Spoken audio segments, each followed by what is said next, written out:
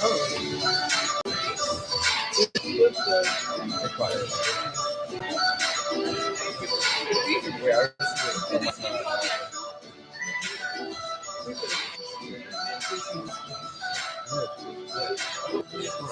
no copyright sounds. I love it. I love it.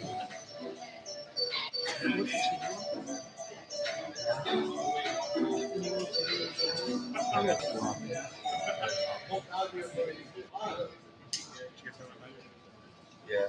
Well, we have to wait a second though. Yeah. Just because we gotta get this to work.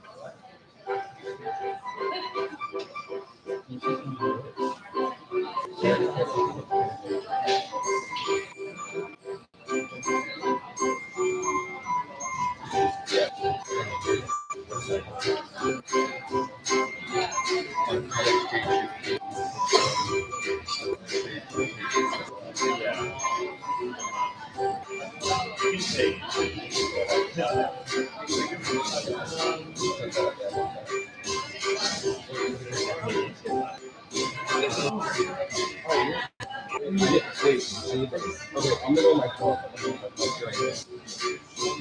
Yeah, this is good. Then we can get this one.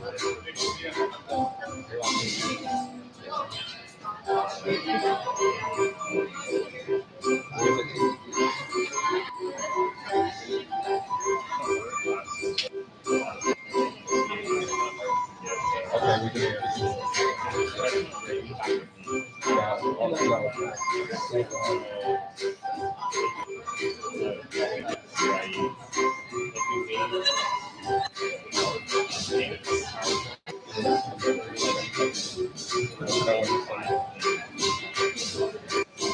I'm gonna walk around, do one last check.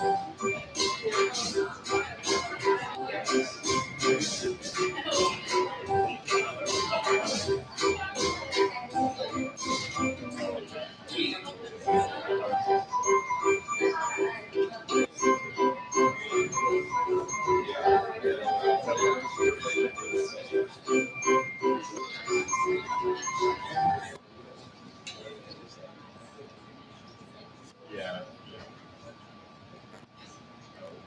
You're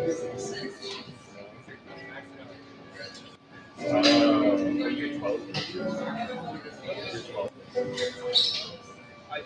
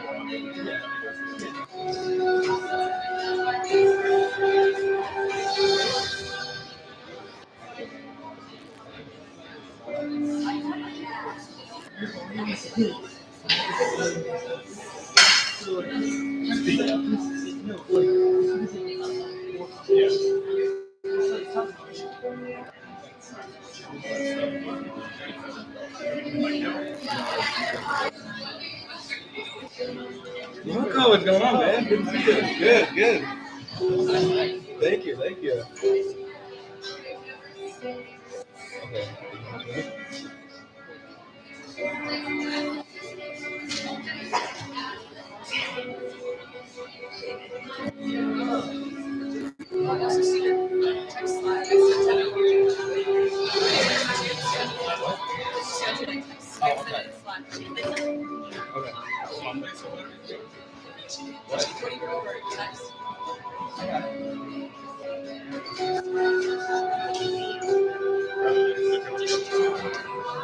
Yeah. Yep.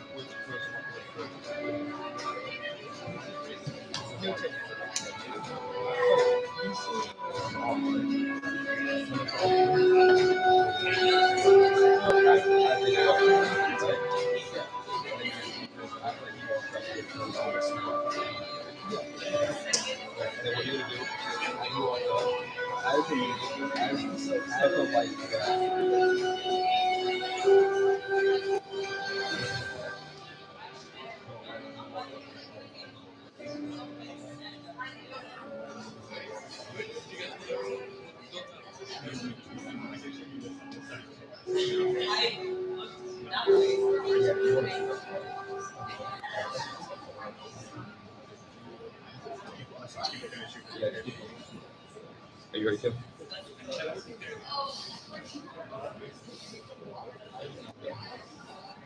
You ready? Right there. So keep the music on.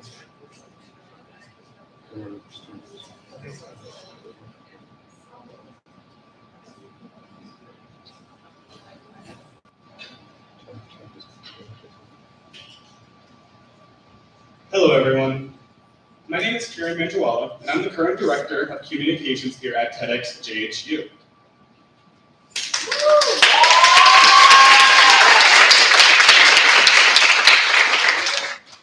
I would thank you all for being here and spending your night with us and our wonderful speakers. Our event is taking flight.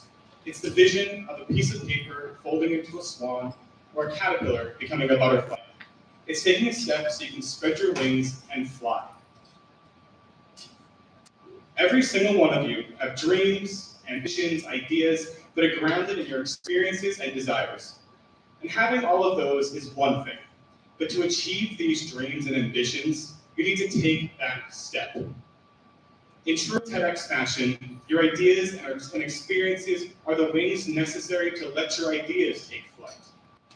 We ask all of you tonight to suspend your disbelief and dare to fly with us. That's the nature of this event, and our speakers are but a beautiful glimpse of this. We are all very thankful to have you here to experience it with us, and without further ado, I'd like to officially kick this event off by introducing our first speaker. Manas Joshi is a current sophomore, majoring in chemical and biomolecular engineering. After his freshman year, Manas took a 16-month break from school and volunteered as a construction worker at a Hindu house of worship. During this time, he came face to face with the power of selfless service and camaraderie. And I think I'll let him tell the rest. Please welcome to the stage, Manas Joshi.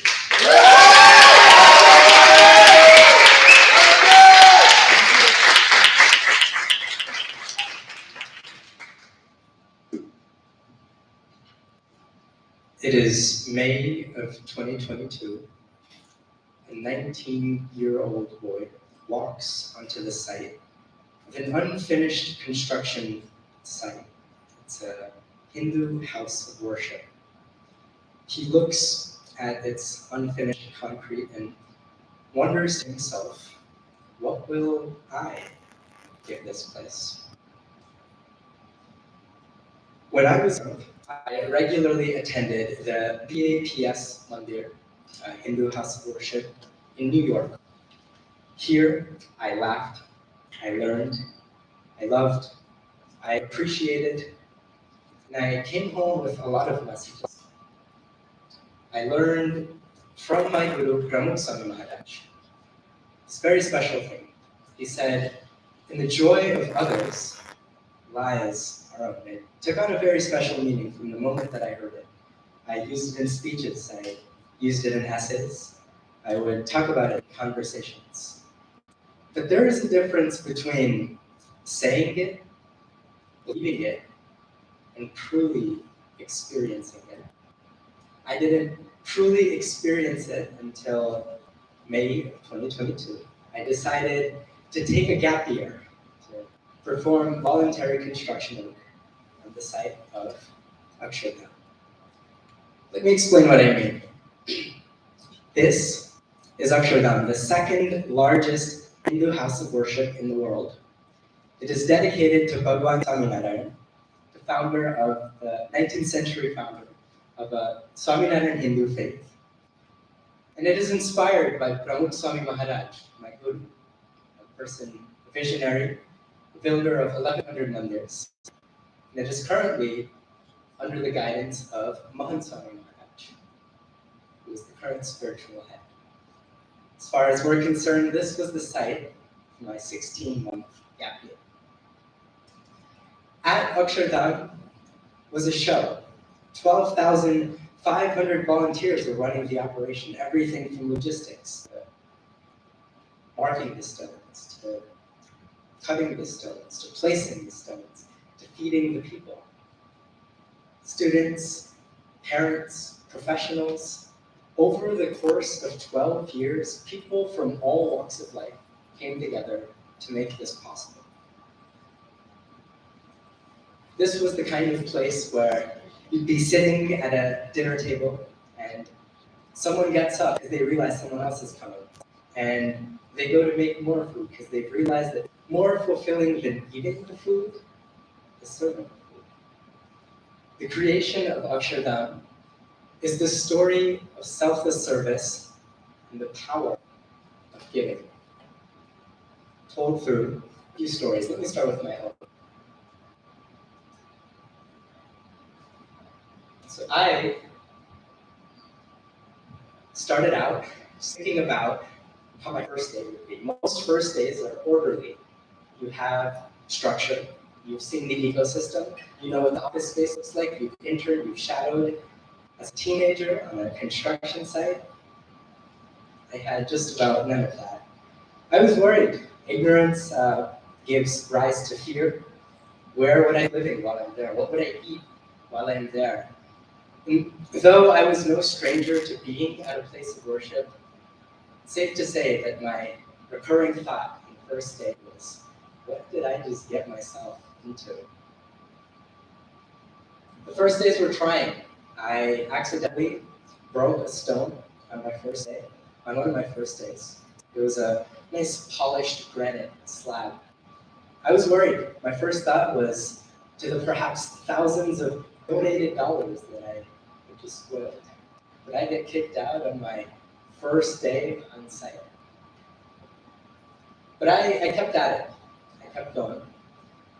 Later that day, 7 or 8 individuals came up to me. They were very kind. They weren't upset. They showed me how to put the stone back together. They gave me 2 things in that moment. They gave me the know-how to make sure I combat those situations with grace in the future, but they gave me the courage to keep going. And maybe I kept going because of that one interaction. Giving is about shedding your ego. Giving is about forgetting I and you because it's about the bigger picture. I learned that when you give, you optimize for resources. You work together. There is no competition. That's when I started thinking about it, giving. This is Mahashikar Bedi. Over the course of the next year, I trained as a stonemason. I learned to measure, cut, and place stones like a giant 3D jigsaw puzzle. This here is about 1,075 stones that my team put up. This is Parikrama. It is the sandstone colonnade that circles the entirety of Akshardham. My team was responsible for the granite portion. This is what it looked like in days. It is safe to say that I had quite an experience during the first few months. But I would be remiss not to mention the individuals that I met while I was there. This is my own story, but there were individuals that defined for me what giving really is. I would like you to meet 3 of these individuals today. This is Amrish, 48, from he's an information technology professional. He was my teammate for 16 months. We'd share conversations about common aches and pains. One day, I woke up with my hands unable to clench. I tried not to let him know I knew he was really nice. He'd tell me to sit out. But I kept working, I took a few breaks. Halfway through the day, I felt a tap on my shoulder. I turned around and it's Amrish Pai giving me his vibration reduction gloves. I want to assumed these were expensive. But in that moment, he was thinking more about safety and security and my comfort as opposed to his own. He was thinking about how he could give despite being in his own physical pain. My first lesson in giving was of sacrifice. This Dr. Dinesh Parmar. Dr. Dinesh is a surgical oncologist with 6 medical degrees who served food for 18 months on the construction site. And he did telemedicine appointments in the evenings.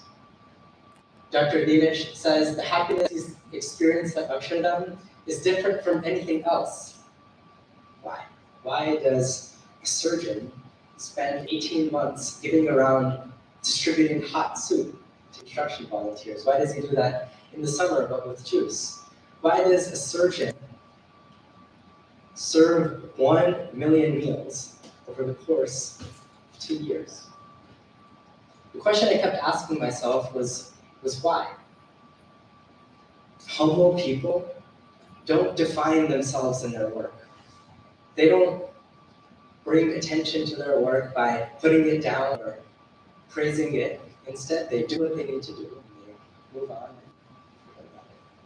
Dr. Parmar taught me that giving is about forgetting about who you and what you are. That giving is about leaving your degree at the door so you can sculpt yourself in service of others. This is Sumitra, 64, known affectionately as Sumitra. Ba means grandmother in Gujarati. Sumitra was one of the most robust volunteers on site. You would see her bringing warm compresses to her teammates. You would see her bringing bakery donuts that she'd make on her own time, despite full-time volunteering as a construction worker. Despite early financial struggles in Kenya and a life-altering surgery just a number of years ago, Sumiba found the strength to keep volunteering. Again, I asked myself, why? Why does a 64-year-old lady feel the need to give back? She says that I am giving to future generations that will come to Akshardham and that will benefit from this place. And it's a generational, spiritual wealth that she's contributing to. The last lesson in giving is that giving transcends age, physical stature. Sumiba was one of the fastest pallet movers on her team, ranging from 18 to 64. What these 3 individuals taught me was a very important truth I'd learned a number of years ago, that giving is more important than getting. And the joy of others lies our own. Giving in thought, by wishing well for others. In word, by speaking of the compliments of others, praising others. And in deed, by performing acts of service for others. These individuals understood that to give, you must shed any harbor of I. I came away with 3 broad messages. In working with these individuals, I started to see the good in people, the inherent divinity that exists within everyone. I now get to take this forward with everything that I do. In working so closely, I looked past differences. I became easier to forgive. I learned to see the good. I learned that the journey is personal. When you see individuals, teams of 10 staying after to help another team, despite their stuff being done for the day, their work being done for the day, you recognize that everyone is silently working on bettering themselves, forgiveness, being kinder. I learned that the journey is personal. When I think back, I had no idea that I was just going to construct Mandir, or that I was going to build myself. I learned that through stories we can build ourselves. The stories themselves constructed my experience. The reality is, I could have selected any 3 individuals to speak about today, and it would have been the same cross-section, values, because the place created the people. And I'm no extraordinary construction worker. It could have been anyone, if I'm being honest, in my position. I simply was in the right place at the right time. And I took an opportunity to give, and I'm happier than I did. In thinking back about my experience, one thought comes to mind. In giving, I was able to contribute to something that will outlive me by 1,000 years. It's crazy to think of the magnitude, but I've built something that will outlive me by 1,000 years. At the same time, I was able to learn how to live today.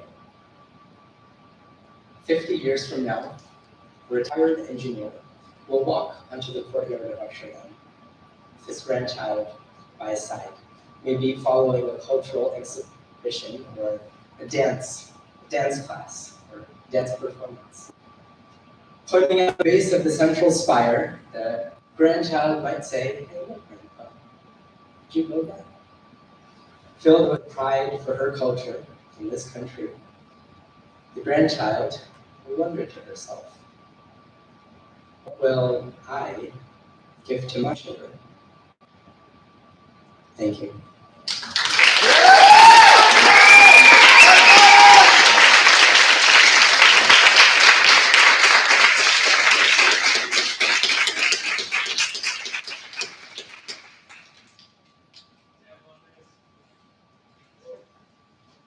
Thank you. Let's give him a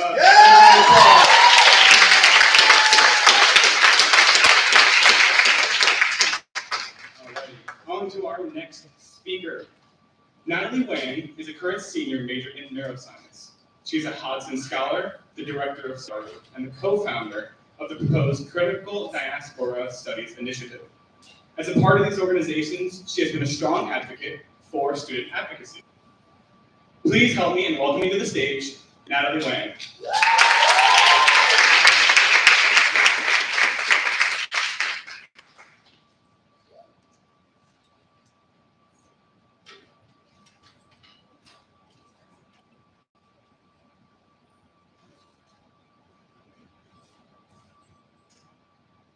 It feels like in the past few years, you and I have collectively lived through a dozen apocalypses.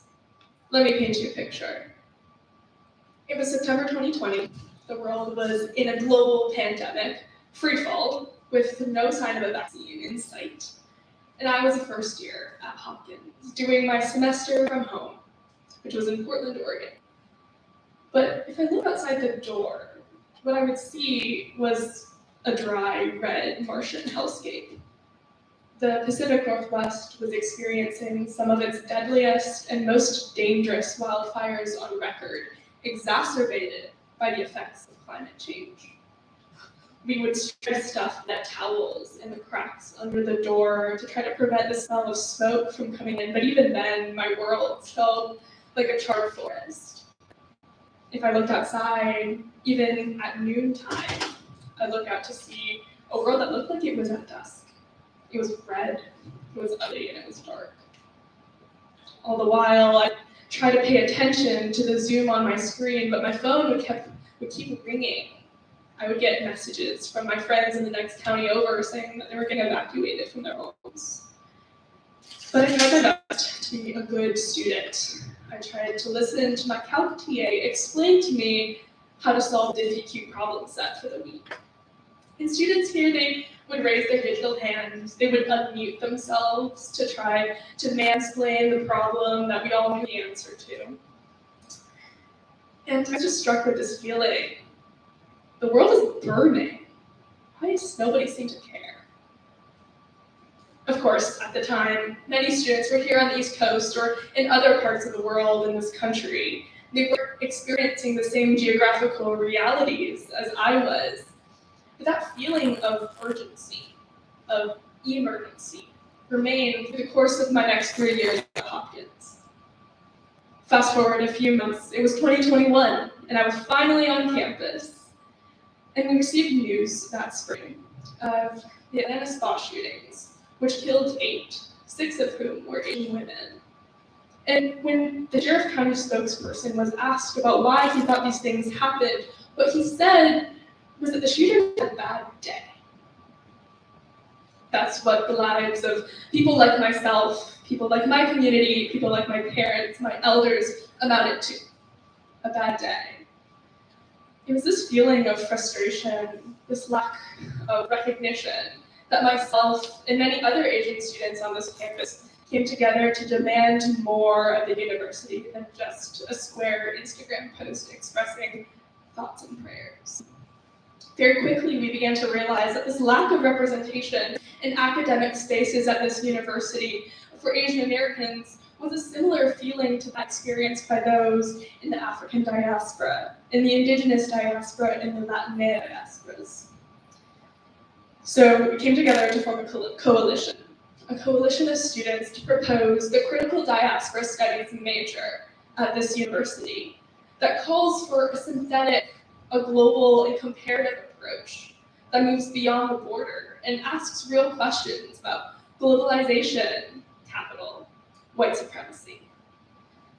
It was through this next few months that we worked together as a group of students, soliciting opinions from fellow undergraduates, from grad students, and from faculty, that we came together and drew together a proposal for the critical diaspora studies major. As it currently stands, there are 4 tracks: in migration and borders, global indigeneities, empires, wars, and carceralities, and transnational movements and solidarities. One extremely important part of our proposal to us is the junior year collaborative research component, where students will be paired with Baltimore community partners to work in conjunction and mutual bilateral relationship with our Baltimore community.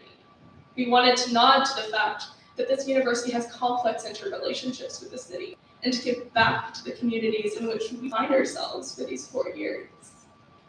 Right now, this proposal is in front of the Homewood Academic Council. With any luck, we'll be in front of the Maryland Department of Higher Education in the spring. But even then, I experienced doubt.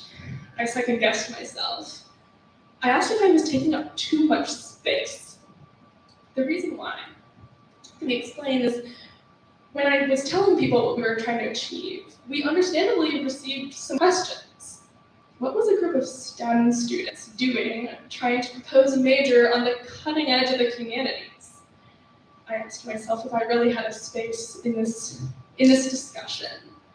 People would recommend books to us. They would say, read this book about organizers at UC Berkeley, at San Francisco State, where some of the first ethnic studies departments were created in this country. I read those books and I didn't see myself as those political firebrands. I saw myself as somebody just trying to pass neuroanatomy. And so it was out of this feeling of imposter phenomenon, of doubt and guilt, that I turned to the archive. I wanted to know what political action at Hopkins has looked like in years past. So to send us on a brief whirlwind tour, we start in the 70s, which featured some of the largest student-led action on this campus we've ever seen. Hundreds of students gathered in order to protest the Vietnam War. We even occupied Homewood House, which is now Homewood Museum. In the 80s, a group of students led by students in the geology department created what they called shanty towns on the Charles Street median and in front of the Schreiber Quad in order to protest JHU investment in companies in South Africa during apartheid. My not-so-favorite fun fact of this era is that a group of frat bros had decided to firebomb one of the shanty towns, which resulted in major burns for one student and the eventual expulsion of these frat bros. Later, moving into the 90s, what we get is a recurring cast of characters in the Black Student Union, the BSU, and the IAC, the Area Asian Council. Both are clubs that are so very active today. What we see is that in 1992, the BSU released a set of 16 demands to the university, saying several of these demands coalescing around the need for Black Studies major at this campus. In direct response, a group of Asian students said, hey, we have demands too. We released their own set of 12 demands coalescing around the need for an Asian studies major. And while these students were at Hopkins, committees were formed, reports were written, discussions were had with admin.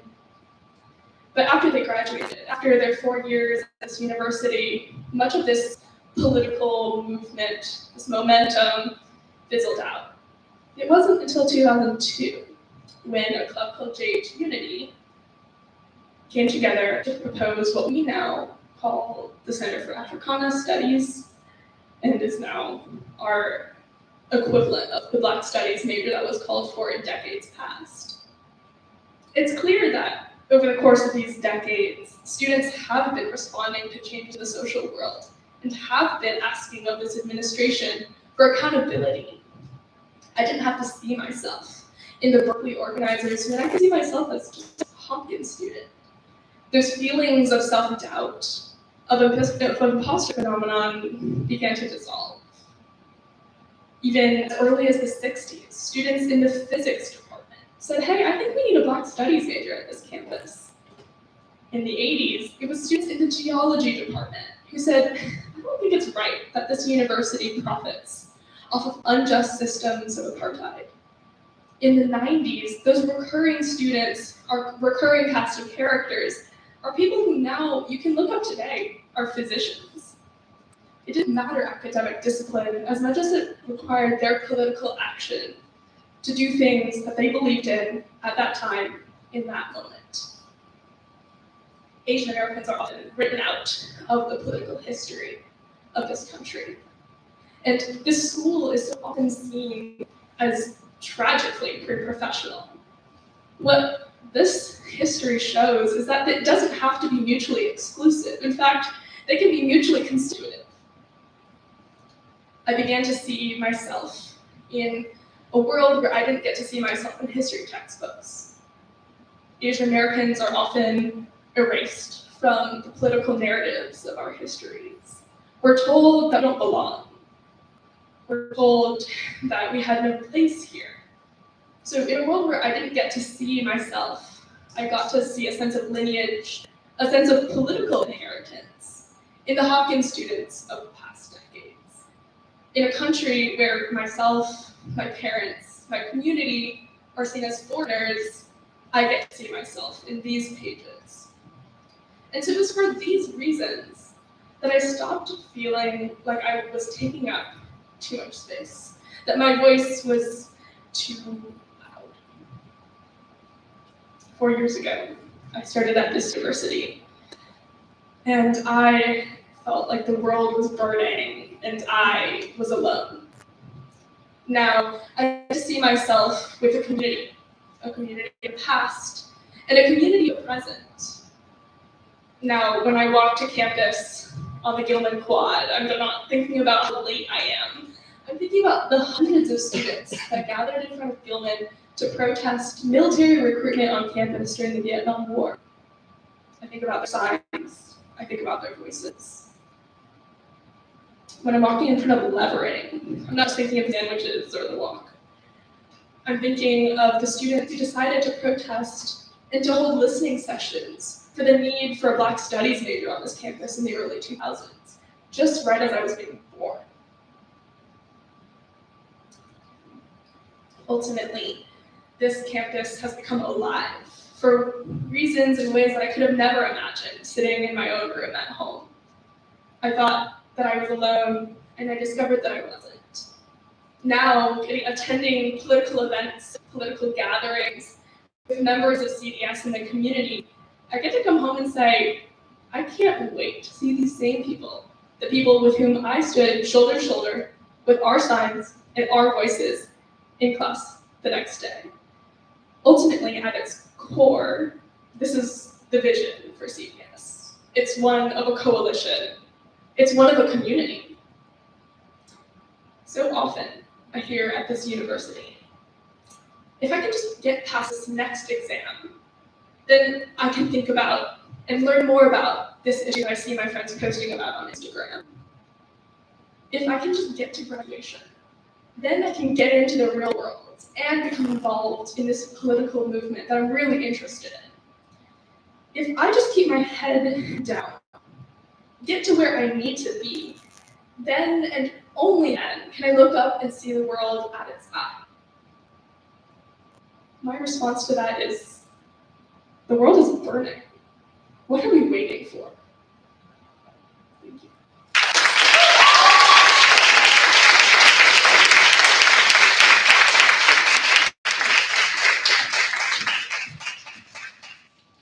Thank you, Natalie. Let's give her another round of applause.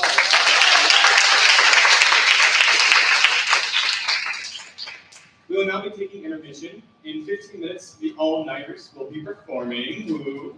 All-nighters. There will be some events outside the doors behind you for you guys to peruse out. Arjun behind the program director is waving his hands up, so you guys can go ahead and check that out for the next 15 minutes. And we'll see you back here in 15 minutes. Thank you guys.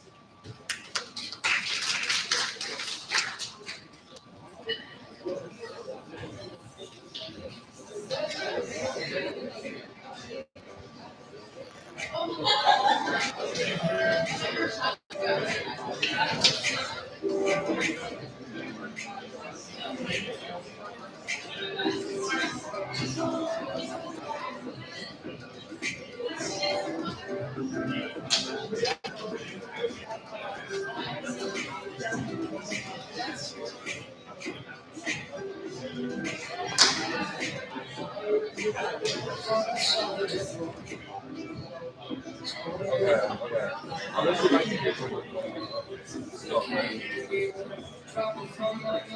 was walking up, I was like, I'm not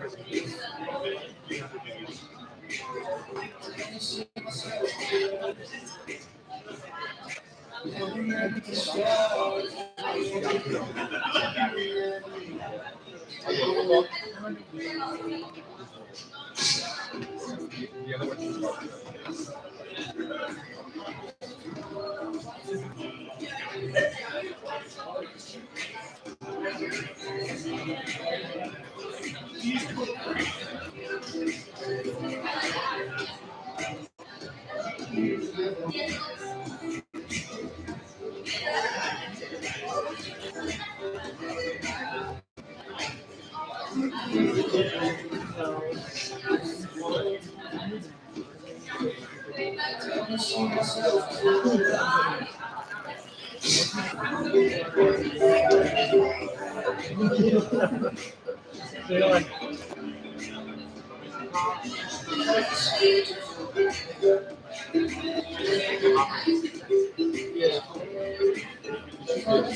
I think this camera did not have to be properly.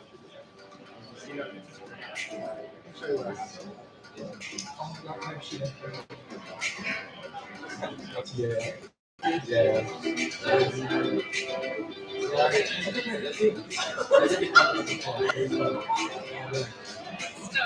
I do want to move these lights a little bit. A little bit away.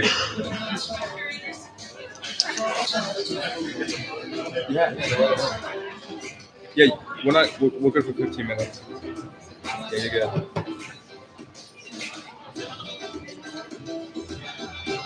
I'll go back to the water.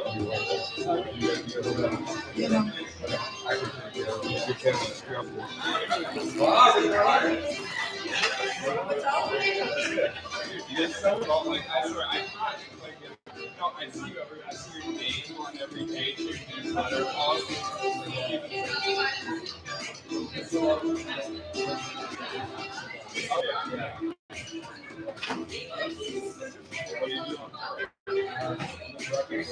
Oh wow.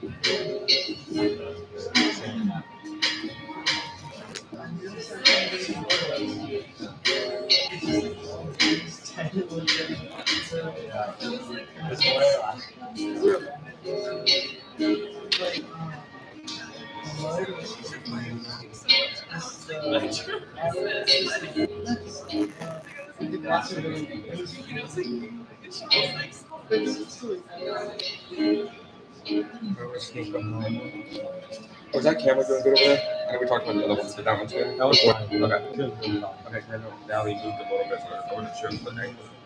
Okay. That was good. Second is possible. Okay. Right on the top of the no. I just took the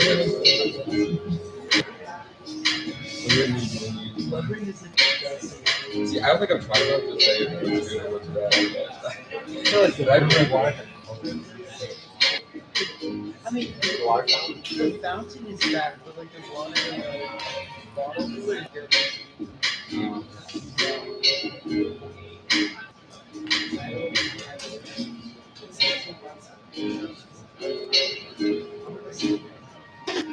You like it? Yeah. I don't know how it all comes together.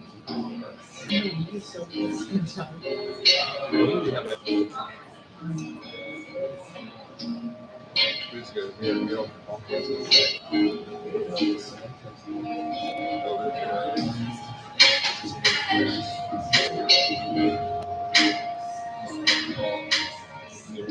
Oh, yeah. Just telling me now that he doesn't. I was like, if you told me now, like, Yeah. It's okay. We'll make it happen.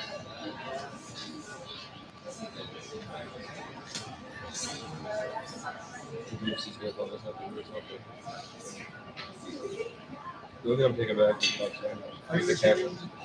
I'm returning everything except the camera. Oh, So I can put it down. which one they close center?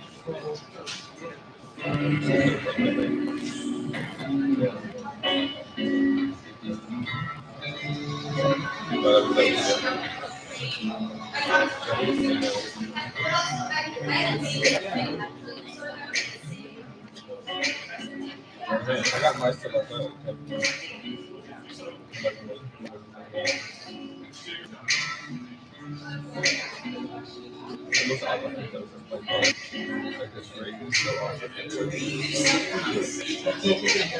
Well, you can, but it's a pain if there's so much back together, so I just keep them all together. Yeah, that's TEDx. But the EMX file is mine and the chords are mine, but the moving heads, like, we don't analog the heads, and then we just got the 2 moving heads this year.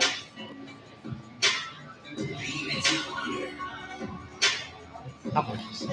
Those. Wait, which one? You said this is TEDx. This is all TEDx. Yes. I mean, this stands like $50. The panel lights, I think, were like $150. Thank you. Thank you so much. What is? Oh, what?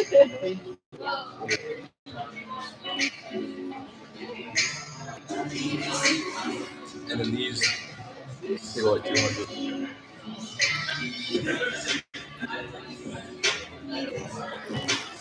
But we invest in ourselves, so every semester we have them. Same thing like the live stream that we bought. Was it last fall? I made them purchase it, and we had lots of like teachers like say, "Oh, I cannot share this with my thing live." survive or make it. So that's more of a personal thing for that. Even though we don't get along, that's good. Yeah, I think we're gonna have a intermission start here. Maybe if you want to take some pictures, you can. Yeah.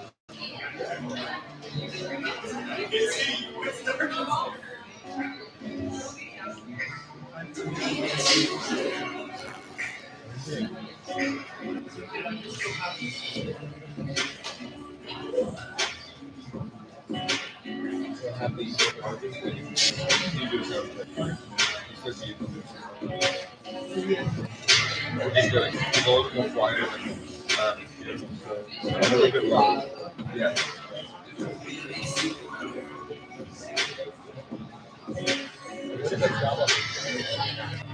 It's pretty much director and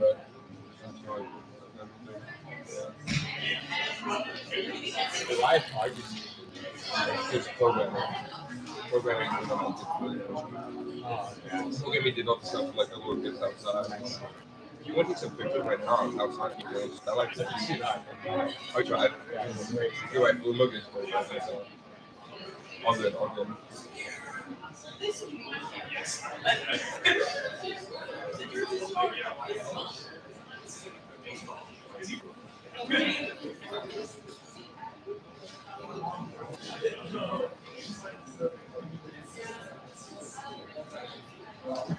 I don't know what's going on. Looks like he's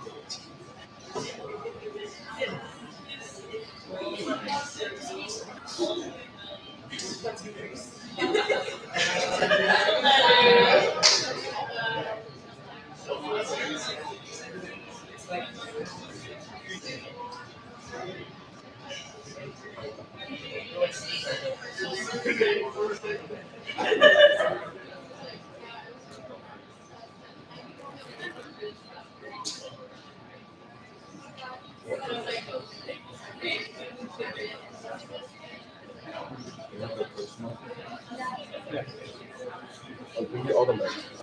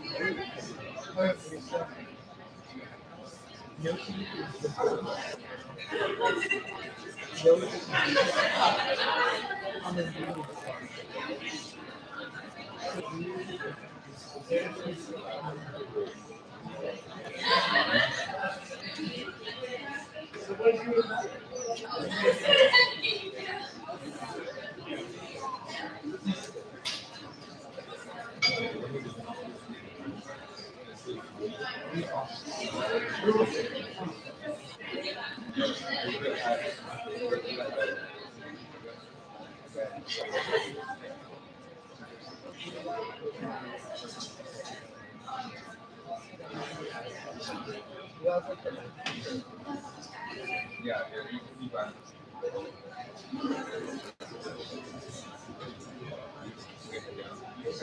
You put on my shoulder. Yeah. You like a fine.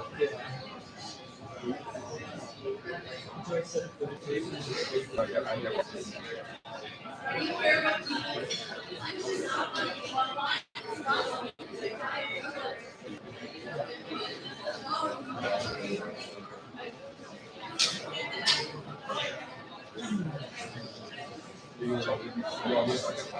Everyone,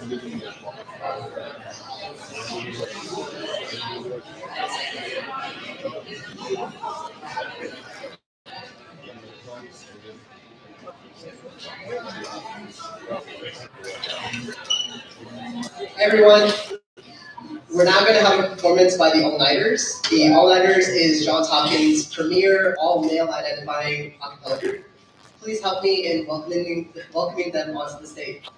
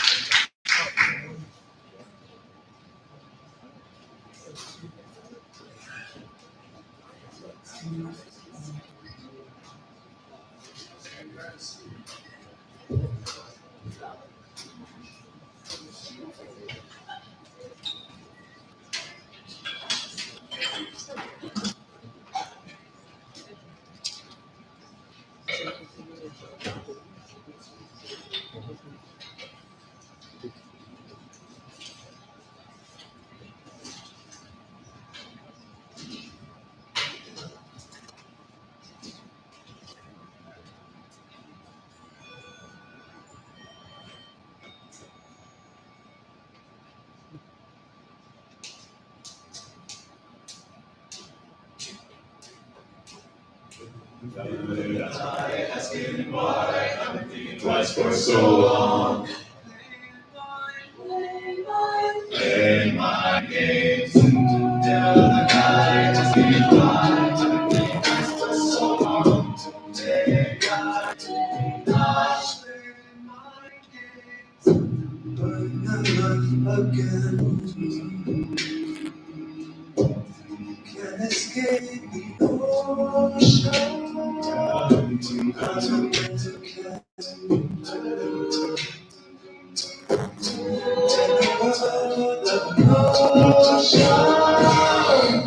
Let's forget you go to make and make them think you feel alright. Gotta take a bite of this and make them think you feel alright. Who says I wanna see this through? Who says I wanna play these fun games? This revolution's overdue. Who says I wanna play these fun games? Middle of the night, asking why I've been thinking just for so long. Play my games. Middle of the night, asking why I've been playing just for so long. Play my game.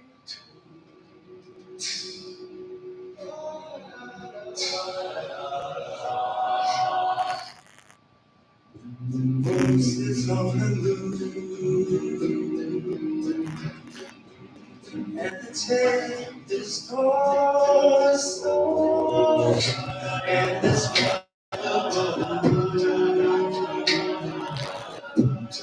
till it makes my mind go. Let's remember what you remember things we feel alright. Gotta take a bite of this and make them think we feel alright. Who says I wanna see this through? Who says I wanna play these mind games? This revelation's over. Who says I wanna play these mind games? Middle of the night, asking why I've been thinking twice for so long. Play my games. Middle of the night, asking why I've been playing nice for so long. Play my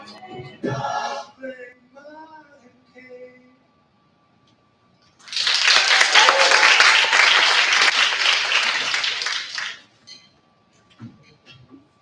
Hello, everyone. We're the All-Nighters. I have a broken foot, so. Yeah, Matthew! Yeah!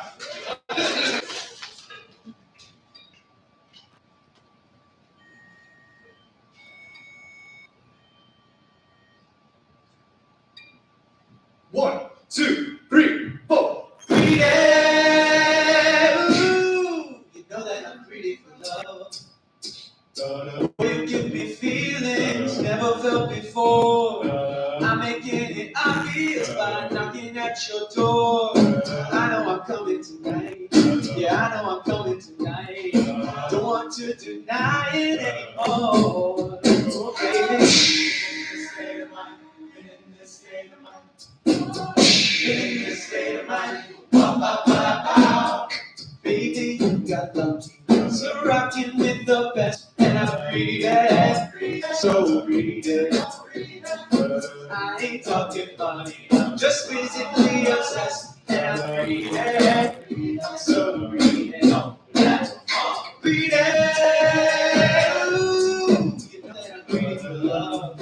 You know that I'm breathing for love. Breathing. Ooh, you know that I'm breathing for love. You know that I'm breathing for love. I don't need a phone call. Got nothing to say. I'ma tell you when it's over. Got no games to play. I know I'm coming tonight. Yeah, I know I'm coming tonight. I just need to get this out the way. You baby, get in this state of mind. Get in this state of mind. Get in this state of mind. Oh, baby, you got love. You're rocking the best. Every day. So breathing. I ain't talking money. I'm just physically obsessed with a breathing. So breathing.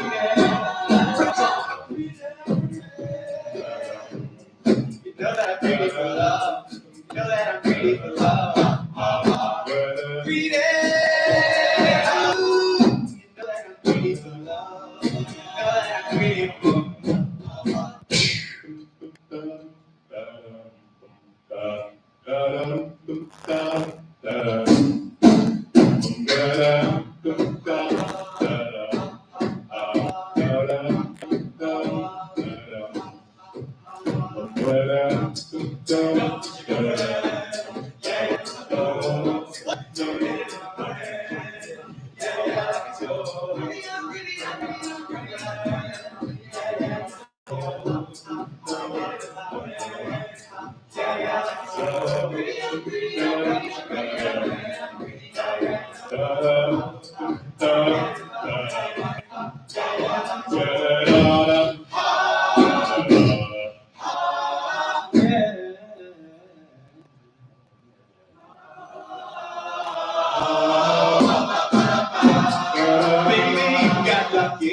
Rocking with the best, and I'm breathing, so breathing.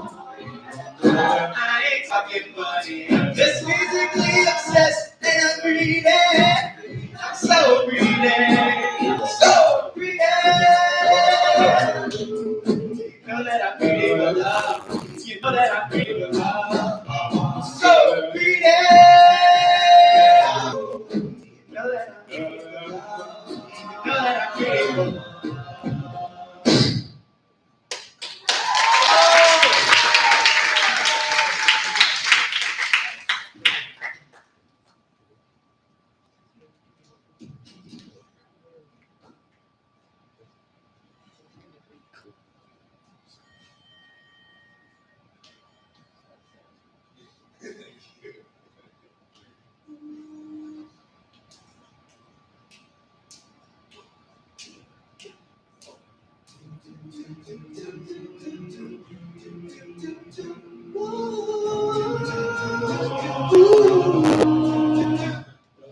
Running around, don't let her out of mind.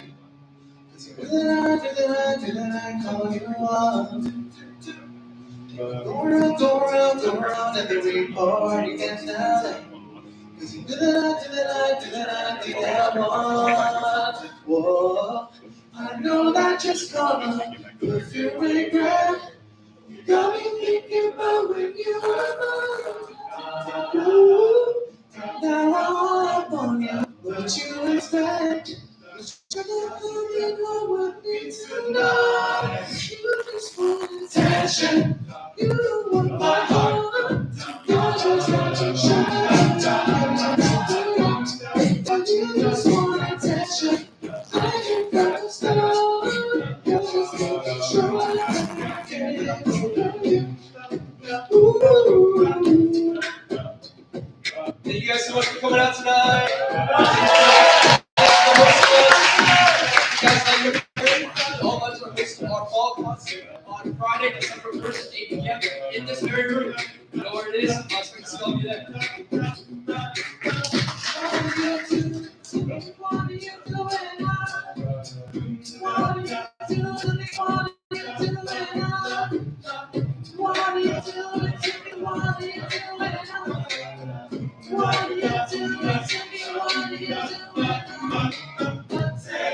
I'm talking about heart. I'm talking about talking. You've been running around and around the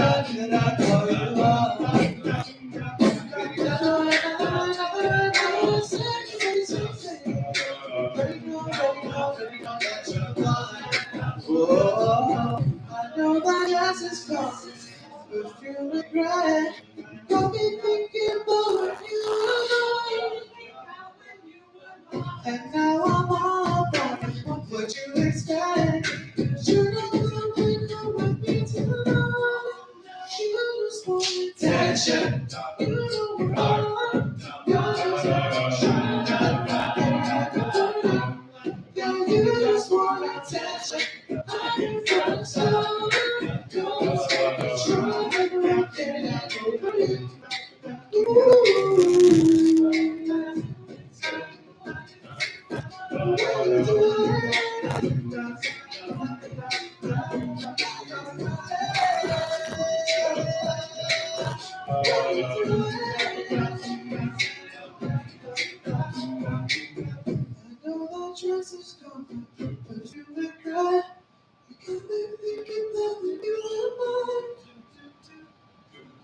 And now I'm all on you, but you expect you to coming home with me tonight. You just want attention. You don't want my heart. Yeah, you just want attention. I can find time.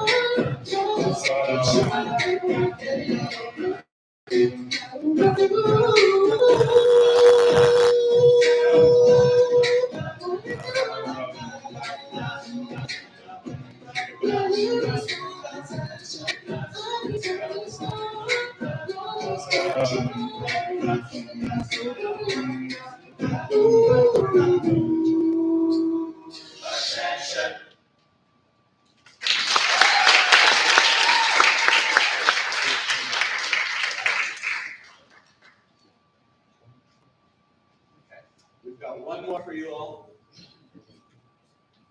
You might recognize it.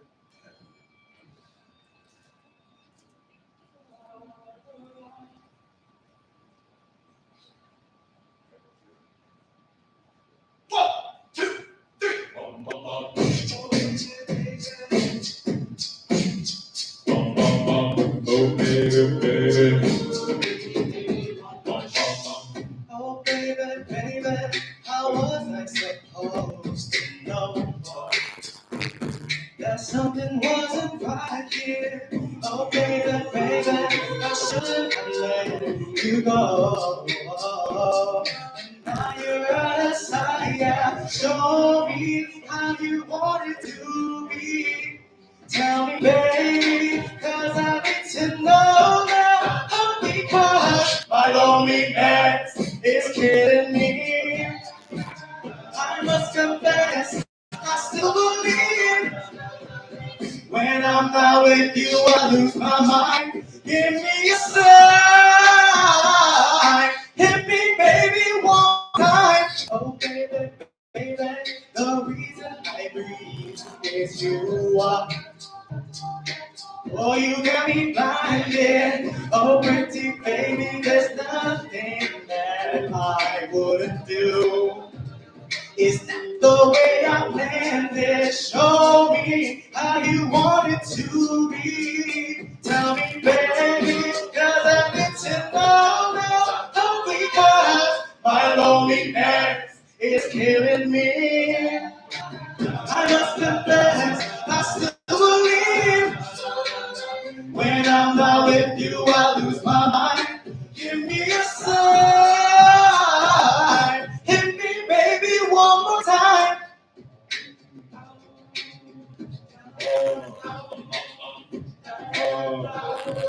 1, 2, 3.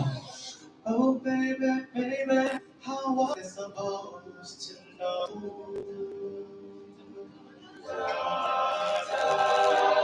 Oh, pretty baby, I should have let you go.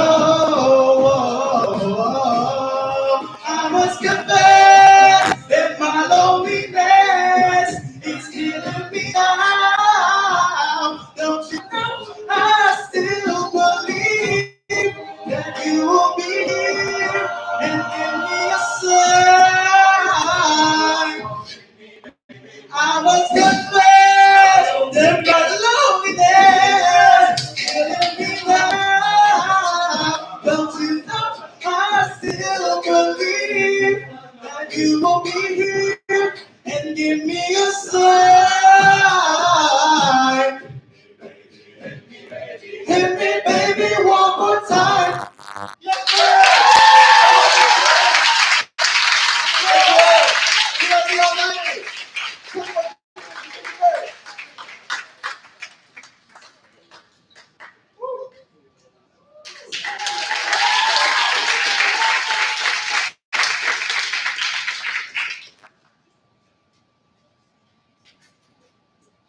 Once again, thank you very much to TEDx for inviting us.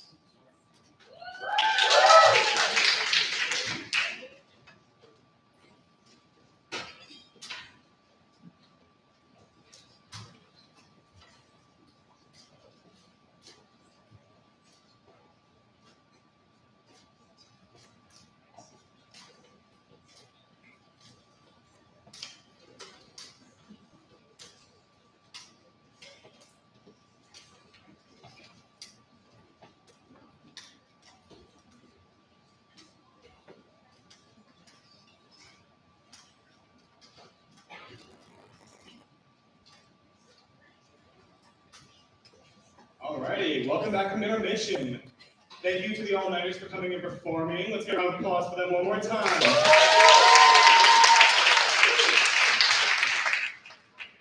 We would like to say there is a potential trigger warning regarding suicide and abuse with this next talk. So if anyone wishes to step out, now is the time to do so. Now, on to our last speaker of the event.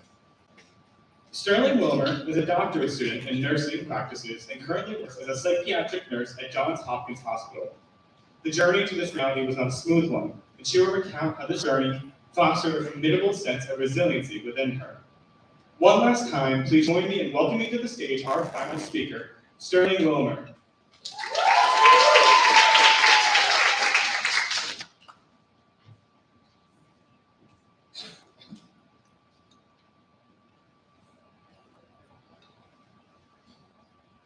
I grew up as an only child and a military brat on the snowy hills of upstate New York, and so I know what it means to buckle up for the winter weather.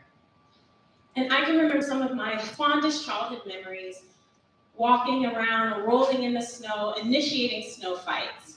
But I knew then, even as a young child, that in order to enjoy these fun-filled snow days, that first there must be storms. One storm that was brewing on the horizon that my childhood self could have never have fathomed was the storm of my reality. And it was relentless in its pursuits of destruction in my life. Not too far from my childhood home, I went to school as a nursing student in NYU and in the heart of New York City. But I was also a nursing student in the heart, in the middle, in the epicenter of the pandemic, the COVID-19 pandemic. I had also come back from a really exhausting semester. Previously, I had been diagnosed with a type of thyroidism that caused me to be extremely fatigued the semester before, and I failed one of my nursing classes, and it put me in jeopardy of failing out of my nursing program. And if that wasn't enough, I had hundreds of thousands of dollars in debt. My student insurance, as we all know, isn't that great as far as health. And I just felt like I couldn't get a break. I felt so much pressure to succeed and pass my classes amidst all of this turmoil. Later on, I figured out that the vile clutches of the pandemic were going to do more than me than I ever could imagine. I had lost a very loved grandmother at the time to, of course, the COVID-19 pandemic. And then after her, I lost another loved one, and another loved one, and then another grandmother, other health issues. And I just felt like I couldn't get a break. My only desire at that point in time in my life was to make a trek down to the Brooklyn Bridge and then eventually just inch myself off of it. And then these feelings of grief and turmoil, anxiety and worthlessness, the pressures of trying to succeed, this overtook me and consumed me. That I hadn't felt like that in a really long time. So these feelings were very familiar to me in my body, and they didn't feel great. I had remembered that I did feel like this at one point in time in my life, and it was when I was a really young child. I had met the hands of a nasty abuser, and the abuse continued for some time in my childhood. And I had these feelings of inadequacy, disgust, and anger. And while on the outside I looked like a happy and well-developed child, trauma manifests itself in many different ways, so we know. And one way was in my academic shortcomings. I was a horrible test taker and developed test-taking anxiety, and I was put into many remedial classes, one being Read 180, that helped with English language arts and test-taking strategies. But I can remember repeating over and over to myself that I wasn't worth it. I was never going to be good enough. And I felt the pressure to succeed from everybody else in the world and my family, including my parents. I remember being 10 and 11 and 12, crying every night in my bed or at school because I wasn't meeting the expectations that my parents had placed on me. And so one night I remember I was consumed with grief and anger and all these negative emotions in middle school, and I just threw my hands up and said, I don't want to do this anymore. I'm done with life. And so I made my way to my mother's medicine cabinet. I don't know what pills they were, but I took the whole bottle and I laid down in my bed and closed my eyes, hoping that that would be the very last time that I would live on this earth. But when I opened them the next morning, I understandably had those same feelings of anger, disgust, anxiety, just confusion and pure exhaustion, because I thought the tears that I cried in my bed that night before were going to be my last. I went downstairs and I told my mom how I was feeling. I explained to her how I didn't feel like I had a place in the world, and I felt pressure to succeed from everybody. I felt like I never was going to be good enough. And she told me that everything's going to be okay. The feelings that you are feeling are valid, and a lot of young people in your generation and in your age group are going through the same things that you are going through. And as far as the suicidality, she told me that we can get professional help. And so, coupled with the reassurance from my parents and the professional help I received, I was able to get through just my middle school years into high school. But let's fast forward to when I am a newly practicing new graduate mental health nurse right here at the Johns Hopkins Hospital downtown. I'm supposed to be enjoying what it is supposed to be the fruits of my labor and the height of a new nursing and professional career. But that is not what I was doing. I was still anxious and traumatized, understandably, from the collective trauma of the pandemic that was downturning. And I had this expectation of what I thought nursing was supposed to be. And then when that expectation was not met, I was very much ready to throw my hands up and leave the field altogether within the first 6 to 9 months. I told my nurse manager at the time, her name is Dr. Patricia Sullivan, hi Dr. Pat, and I told her I was completely done. She slid across her desk to me me this resiliency plan, and she told me, I want you to be a part of MEPRA, or at the School of Nursing with Dr. Rushton. And MEPRA stands for Mindfulness, Ethical Practice, and Resiliency Academy.